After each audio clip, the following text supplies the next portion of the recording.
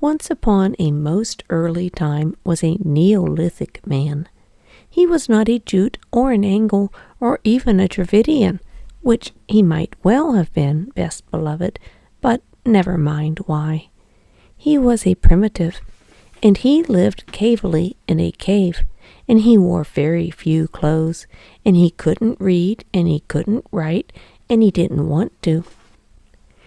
And except when he was hungry, he was quite happy. His name was Tegumai Bopsalai, and that means man who does not put his foot forward in a hurry. But we, O best beloved, will call him Tegumai for short. And his wife's name was Teshumai Tuindrau, and that means lady who asks a very many questions. But we, O best beloved, will call her Teshumai for short. And his little girl daughter's name was Tafimai Metalumai, and that means small person without any manners who ought to be in trouble, but I'm going to call her Taffy. And she was Tegumai Bopsalai's best beloved, and her own mummy's best beloved, and she was not in trouble half as much as was good for her, and they were all three very happy. As soon as Taffy could run about, she went everywhere with her daddy Tegumai, and sometimes they would not come home to the cave till they were hungry, and then Teshumai Tuindra would say, "Where in the world have you two been to get so shockingly dirty? Really, Tegumai, you're no better than my Taffy." Now attend and listen.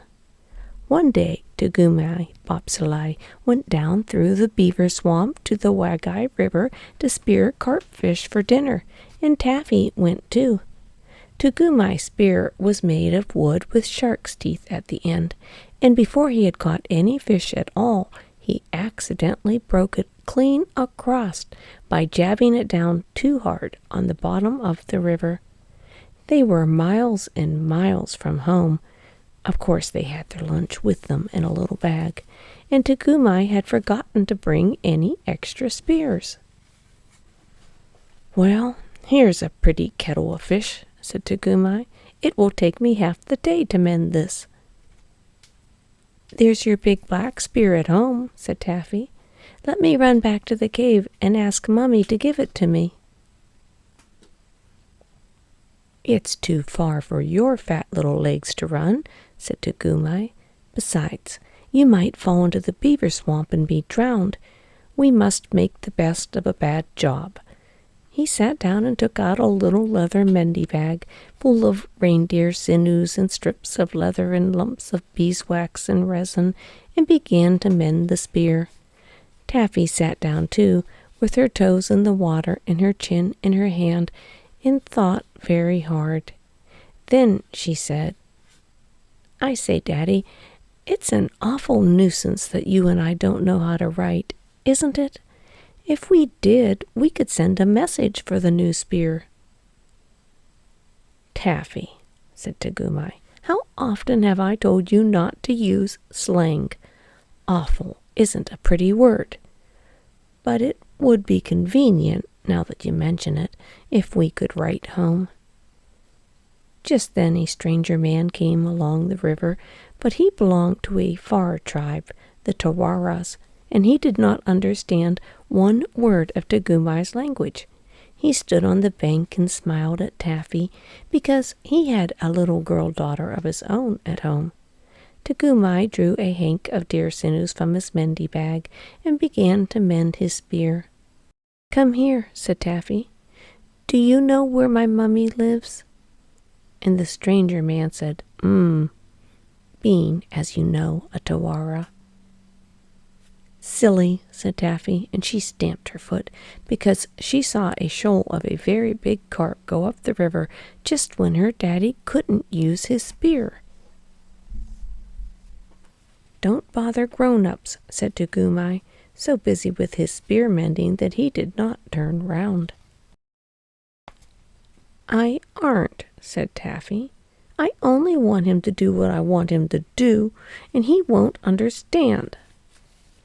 "Then don't bother me," said Tegumai, and he went on pulling and straining at the deer sinews with his mouth full of loose ends. The stranger man, a genuine Tawara he was, sat down on the grass, and Taffy showed him what her daddy was doing. The stranger man thought, "This is a very wonderful child. She stamps her foot at me, and she makes faces. She must be the daughter of that noble chief who is so great that he won't ever take any notice of me." So he smiled more politely than ever. "Now," said Taffy, "I want you to go to my mummy, because your legs are longer than mine, and you won't fall into the beaver swamp, and ask for Daddy's other spear, the one with the black handle that hangs over our fireplace."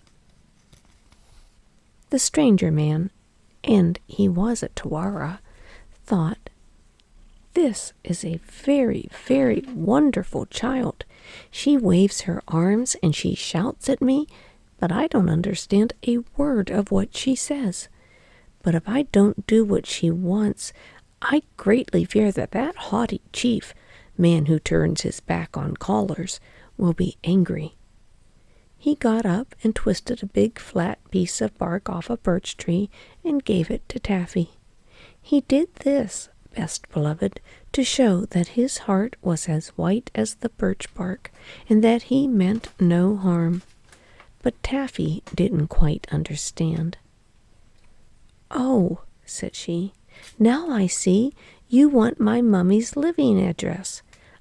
Of course, I can't write, but I can draw pictures if I've anything sharp to scratch with. Please lend me the shark's tooth off your necklace." The stranger man, and he was a Tawara, didn't say anything. So Taffy put up her little hand and pulled at the beautiful bead and seed and shark tooth necklace round his neck. The stranger man, and he was a Tawara, thought, "This is a very, very, very wonderful child. The shark's tooth on my necklace is a magic shark's tooth, and I was always told that if anybody touched it without my leave, they would immediately swell up or burst. But this child doesn't swell up or burst, and that important chief, man who attends strictly to his business, who has not yet taken any notice of me at all, doesn't seem to be afraid that she will swell up or burst. I had better be more polite." So he gave Taffy the shark's tooth, and she lay down flat on her tummy with her legs in the air, like some people on the drawing-room floor when they want to draw pictures, and she said, "Now I'll draw you some beautiful pictures. You can look over my shoulder, but you mustn't joggle me. First, I'll draw Daddy fishing. It isn't very like him, but Mummy will know because I've drawn his spear all broken. Well, now I'll draw the other spear that he wants, the black-handled spear. It looks as if it was sticking in Daddy's back, but that's because the shark's tooth slipped, and this piece of bark isn't big enough. That's the spear I want you to fetch. So I'll draw a picture of me, myself, splaining to you. My hair doesn't stand up like I've drawn, but it's easier to draw that way. Now I'll draw you. I think you're very nice, really, and I can't make you pretty in the picture, so you mustn't be offended. Are you offended?"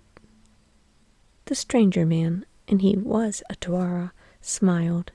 He thought, there must be a big battle going to be fought somewhere, and this extraordinary child, who takes my magic shark's tooth, but who does not swell up or burst, is telling me to call all the great chief's tribe to help him. He is a great chief, or he would have noticed me. "Look," said Taffy, drawing very hard and rather scratchily. "Now I've drawn you, and I've put the spear that Daddy wants into your hand, just to remind you that you're to bring it. Now I'll show you how to find my mummy's living address. You go along till you come to 2 trees. Those are trees.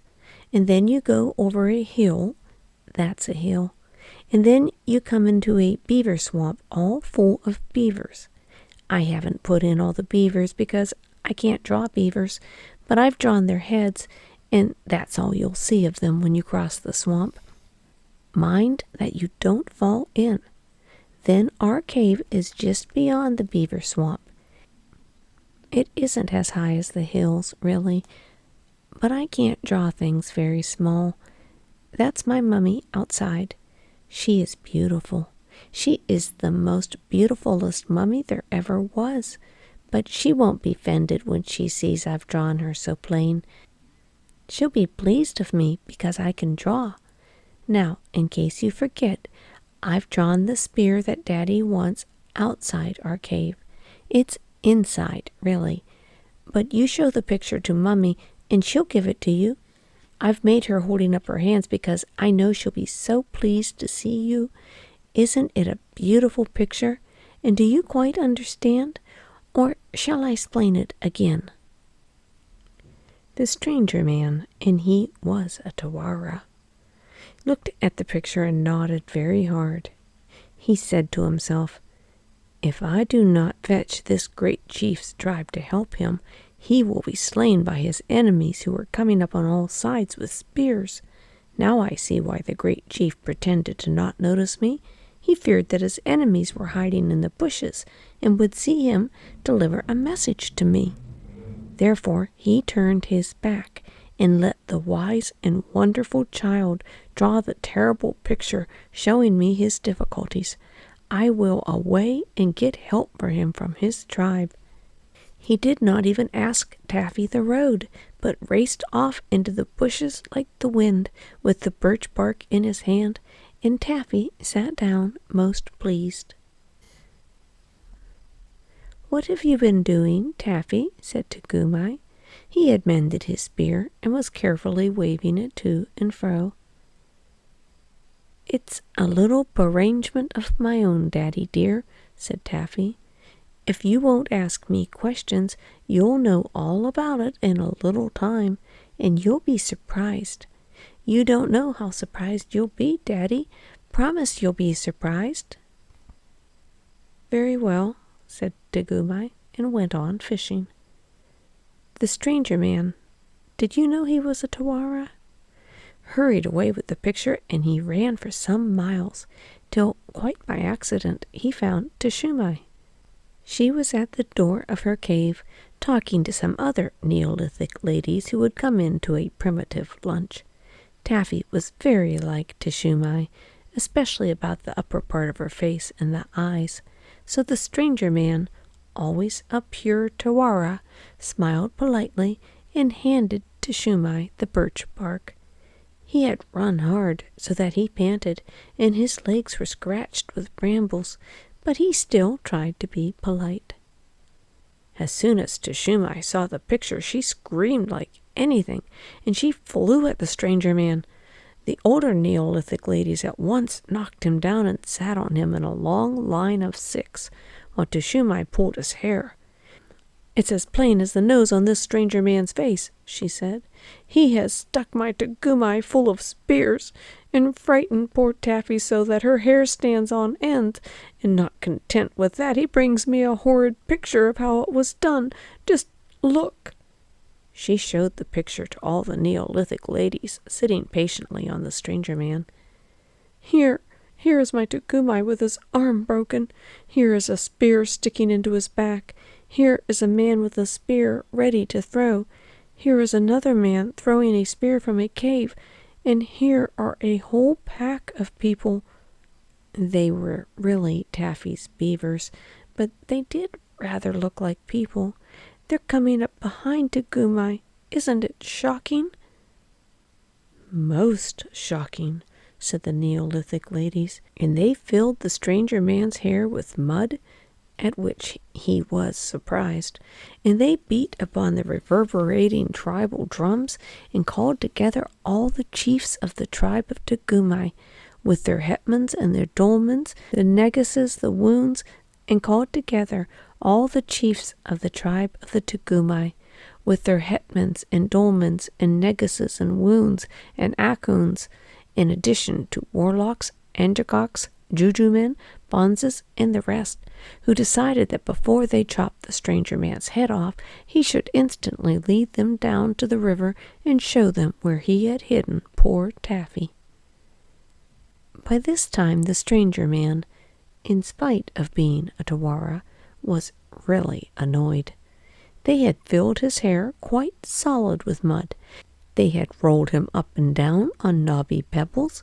They had sat upon him in a long line of 6. They had thumped him and bumped him till he could hardly breathe. And though he did not understand their language, he was almost sure that the names the Neolithic ladies called him were not at all ladylike. However, he said nothing till all the tribe of Tagumai were assembled, and then he led them back to the bank of the Wagai River, and there they found Taffy making daisy chains, and Tagumai carefully spearing small carp with his mended spear. "Well, you have been quick," said Taffy. "But why did you bring so many people? Daddy dear, this is my surprise. Are you surprised, Daddy?" "Very," said Tagumai, "but it has ruined all my fishing for the day. Why, the whole dear, kind, nice, clean, quiet tribe is here, Taffy." And so they were. First of all walked Shumai and the Neolithic ladies, tightly holding on to the stranger man, whose hair was full of mud, although he was a Tawara. Behind them came the head chief, the vice chief, the deputy and assistant chiefs, all armed to the upper teeth, the hetmans and heads of hundreds, platoffs with their platoons, dolmens with their detachments, woons, neguses, akuns ranking in the rear, still armed to the teeth. Behind them was the tribe, from the owner of 4 caves, 1 for each season, a private reindeer run, and 2 salmon leaps, down to feudal and prognathous villains, semi-entitled to half a bearskin at winter nights, 7 yards from the fire, and adscript serfs, holding the reversion of a scraped marrow bone under her hair-rod. Aren't those beautiful words, best beloved? There they all were, prancing and shouting, and they frightened every fish for 20 miles, and Tagumai thanked them in a fluid Neolithic oration. Then Teshumei ran down and kissed and hugged Taffy very much indeed. But the head chief of the tribe of Tagumai took Tagumai by the top-knot feathers and shook him severely. "Explain, explain, explain," cried all the tribe of Tagumai.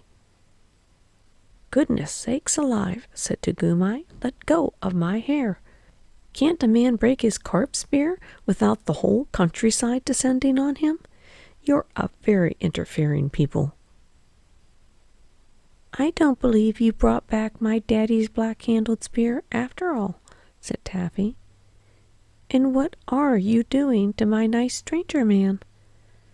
They were thumping him by 2s and 3s and 10s till his eyes turned round and round. He could only gasp and point at Taffy. "Where are the bad people who speared you, my darling?" said Teshumai. "There weren't any," said Tagumai. "My only visitor this morning was the poor fellow that you were trying to choke. Aren't you well? Are you ill, O tribe of Tagumai?" "He came with a horrible picture," said the head chief, "a picture that showed you were full of spears." Perhaps I'd better explain that I gave him that picture," said Taffy, but she did not feel quite comfy. "You," said the tribe of Tagumai all together. "Small person with no manners who ought to be in trouble. You?"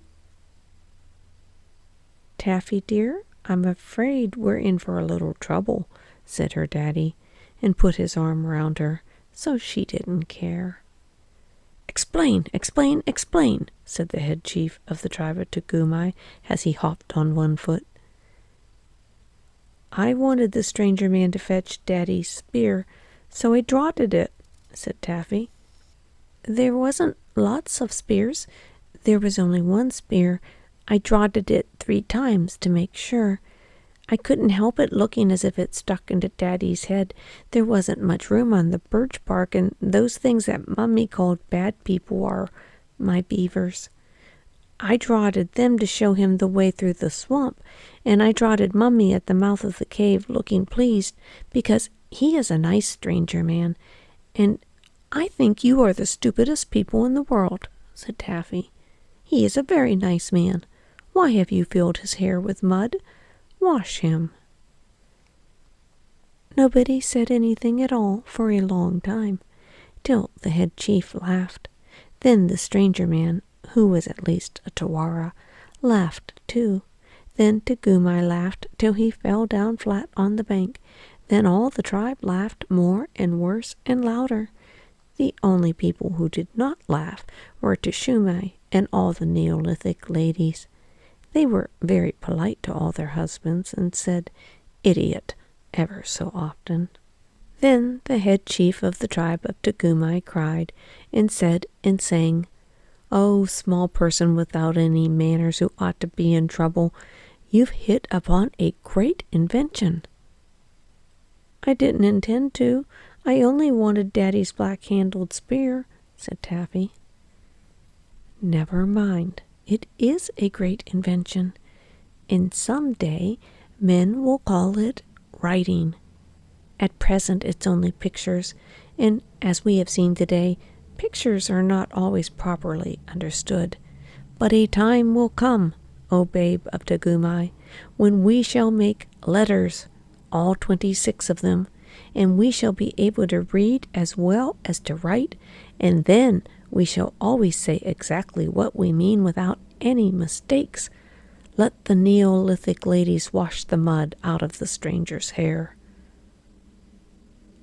"I shall be glad of that," said Taffy, "because, after all, though you've brought every single other spear in the tribe of Tagumai, you've forgotten my daddy's black-handled spear."